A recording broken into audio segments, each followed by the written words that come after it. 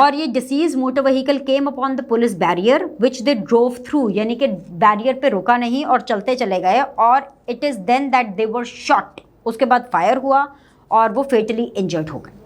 یہ وہ پورا کا پورا بیان ہے، ساتھ میں کانڈولنسز بھی دیے with the family and friends of the deceased, جو انہوں نے پورا بیان پریس ریلیز، ایک پریس اسٹیٹمنٹ انہوں نے دی ہے۔ ہیون سیڈ دیٹ جو ارشد شریف صاحب ہیں ان کو لے کر کے جس طرح کے الزامات لگائے جا رہے ہیں، کچھ لوگ متحدہ حکومت پر اس کے اشارے کروا رہے ہیں،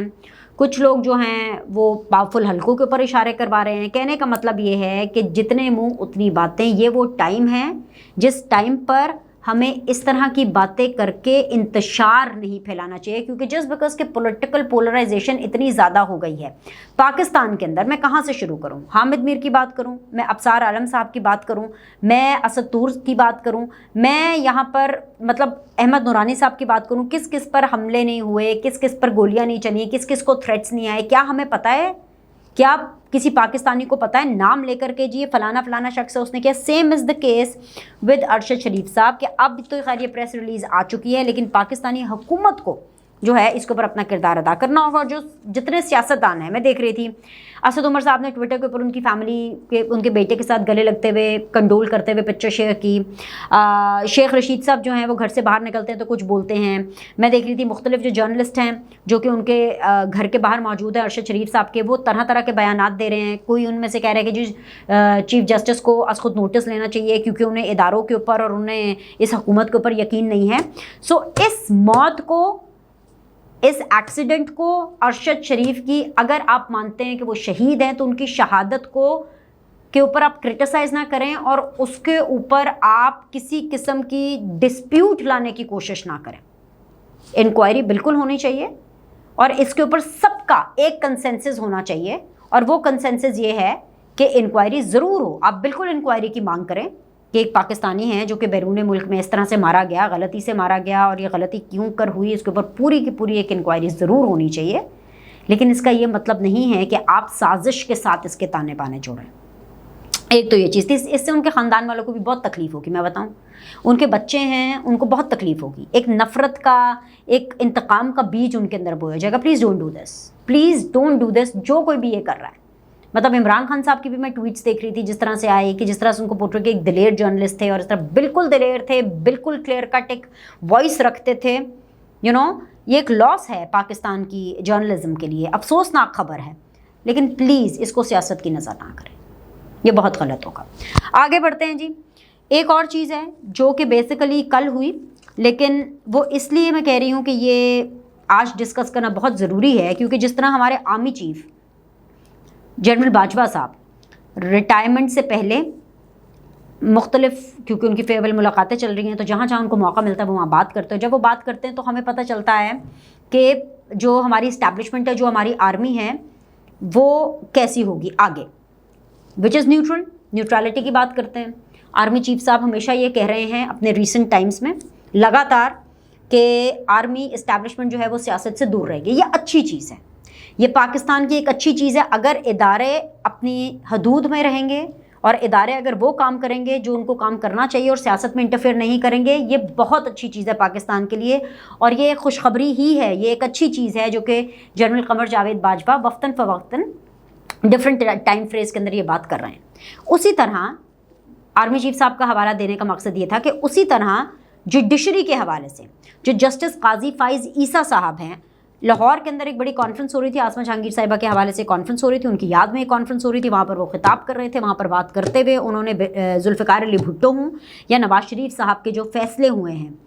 میں نے بھٹو صاحب کی پھانسی کا فیصلہ اور نواز شریف صاحب کی جو ڈسکوالیفیکیشن کا فیصلہ ہے، ان فیصلوں پر انہوں نے اہم ریمارکس دیے۔ انہوں نے کہا کہ دباؤ برداشت نہ ہوا تو مستعفی ہونے کا آپشن موجود ہوتا ہے، اداروں پر تنقید نہ کریں، کسی نے کچھ غلط کیا تو اس کا نام لیں۔ لبے لباب ان کی جو تقریر جو انہوں نے کانفرنس پہ کی وہ یہ تھا، جو کہ سملر ہے جو کہ آرمی چیف صاحب نے کی، اور وہ بھی پاکستان کے لیے بہت اچھا ہے، کیونکہ وہ یہ کہہ رہے ہیں کہ اگر چیف جسٹس آف پاکستان جس طرح ماضی میں کہتے رہے ہیں، چاہے وہ نواز شریف صاحب کا فیصلہ ہو، چاہے وہ ذوالفقار علی بھٹو صاحب کا فیصلہ ہو، کہ ہم پریشر میں ہیں، we had a lot of pressure, we were under a lot of pressure, یہ انہوں نے بات کوٹ کی، تو وہ اس حوالے سے کہہ رہے ہیں کہ اگر کوئی چیف جسٹس آف پاکستان یا اگر جوڈیشری کسی ٹائم پر فیصلہ لکھنے والا کرنے والا شخص اگر یہ محسوس کرے کہ وہ کسی پریشر میں ہے تو اس کے پاس ہمیشہ استعفے کا، ریزگنیشن کا ایک آپشن ہے۔ اور دوسری چیز یہ کہ جب اس طرح غلط فیصلے ہو جاتے ہیں یا ایسے فیصلے ہو جاتے ہیں جس کے بعد میں فیصلہ کرنے والا یا فیصلہ دینے والا جو جج ہے وہ بعد میں یہ بولے کہ I was under a lot of pressure, تو اس کے بعد ادارے پر تنقید نہ کرے، ادارے پر جو تنقید ہوتی ہے وہ نہ کرے، اس شخص پر تنقید کرے اور نام دے کر تنقید کرے۔ Cutting the long story short, یعنی جسٹس قاضی فائز عیسیٰ صاحب جو کہ اگلے چیف جسٹس آف پاکستان ہوں گے، وہ یہ بتا رہے ہیں کہ آنے والی جوڈیشری کا جو سیٹ اپ ہے وہ کیسا ہوگا، یعنی جوڈیشری جو ہے وہ پریشر لے گی، اور وہ یہ بتانا چاہ رہے ہیں کہ اگر ایسا کوئی موقع آیا جس کے اوپر جوڈیشری کے اوپر پریشر بنایا گیا تو استعفے کا آپشن ہوتا ہے، یعنی پریشر نہیں لیا جائے گا۔ آرمی ہماری نیوٹرل ہونے کا کہہ رہی ہے، آرمی ہماری کہہ رہی ہے کہ وہ سیاست میں انٹرفیئر نہیں کرے گی۔ سملرلی جو آنے والے چیف جسٹس ہیں وہ اس چیز کو کلیئرلی کہہ رہے ہیں کہ جی پریشر جو برداشت نہیں کر سکتا اور انڈر پریشر کوئی ڈیسیجن دے تو اس کو استعفیٰ دے دینا چاہیے۔ This shows a clear line کہ ہماری آرمی اور ہماری جوڈیشری آنے والے پاکستان میں کیسی ہونے والی، اور یہ دونوں چیزیں ٹرسٹ می یہ بہت اچھی ہیں، اور پاکستان پیپلز پارٹی اور PMLN آئی ایم شور کہ ان باتوں کو سراہے گی، بلکہ پاکستان اور پوری قوم کو ان باتوں کو سراہنا چاہیے، کیونکہ اس ٹائم پر ہمیں اسی قسم کی میچورٹی کی ضرورت ہے، کیونکہ پاکستان کے اندر جو چیزیں ہیں ان کو بیلنس آؤٹ کرنا ہے تاکہ پاکستان ایک مستحکم ملک بن سکے۔ لیکن اصل میں کیا ہو رہا ہے؟ اصل میں یہ ہو رہا ہے کہ جہاں پر میں آپ سے یہ خبریں ڈسکس کر رہی ہوں وہاں پر لنڈن میں میاں محمد نواز شریف صاحب تا حیات قائد، انہوں نے دیوالی کے حوالے سے ایک کیک کاٹ لیا، اینڈ اس سے مجھے یاد آیا happy Deepavali, happy Diwali to all the people جو کہ سیلیبریٹ کر رہے ہیں دیوالی کو، جو کہ ہندو برادری ہے، ہماری ہندو برادرز اینڈ سسٹرز ہیں، ان سب کو ہیپی دیوالی، اور جہاں جہاں یہ دا بینر سلیم شو دیکھا جا رہا ہے happy Diwali to all of you. تو جی نواز شریف صاحب ایک دیوالی کے حوالے سے کیک کاٹ رہے ہیں، بس ان کے اوپر تنقید شروع ہو گئی۔ مطلب پولیٹیکل پولرائزیشن کا عالم تو یہ ہے، ہم نے آگے کیا بڑھنا ہے، ہم نے آگے کیا بڑھنا ہے؟ ایک طرف نواز شریف صاحب کیک کاٹ رہے ہیں دیوالی کا، اور ان کو سمبولکلی تمام جتنی بھی ہماری ہندو کمیونٹی ہے ان کو دیپاولی کی شبھ کامنائیں دے رہے ہیں، وہیں پر اسی ملک میں پرائم منسٹر رشی سونک جو کہ فرسٹ ہندو پرائم منسٹر ہیں، انڈین اوریجن کے ہیں Britisher, at the age of 42 he is the prime minister, yes he is the prime minister of United Kingdom. یہ ہوتی ہے سیکولرزم، یہ ہوتا ہے جمہوریت، یہ ہوتا ہے کہ جی معاشرہ کیسا ہے اور برداشت کیسی آئے گی۔ انہوں نے تو یہاں پہ یہ نہیں کہا کہ بھئی یہ تو ہندو ہے یا یہ تو انڈیا سے اس کے فور فادرز ہیں یا ایشین اوریجن سے ہے یا ینگ ہے یا یہ ہم میں سے نہیں ہے، نہیں،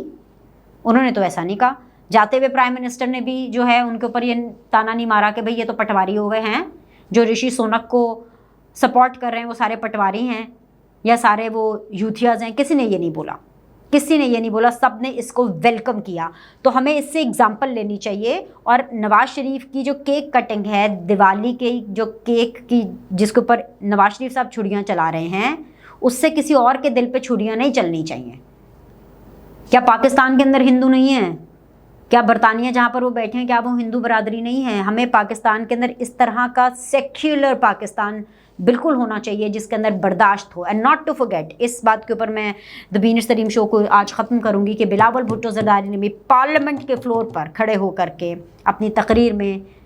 دیوالی کے حوالے سے سب کو جو دیوالی منا رہا ہے اس کو سیلیبریٹ کیا، اس کو کانگریچولیٹ کیا، اس کو وش کیا۔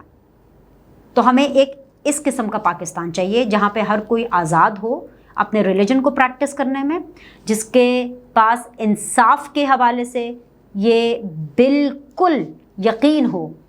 کہ صرف انصاف ہوگا نہیں، انصاف ہوتا ہوا بھی نظر آئے گا، اور جس کو یہ بھی یقین ہو کہ ہماری اسٹیبلشمنٹ، ہماری جو آرمی ہے وہ سیاست سے دور ہیں۔ اس ویڈیو میں اتنا ہی، کل آپ سے ملتے ہیں، لائک کریں، سبسکرائب کریں، سی یو سون۔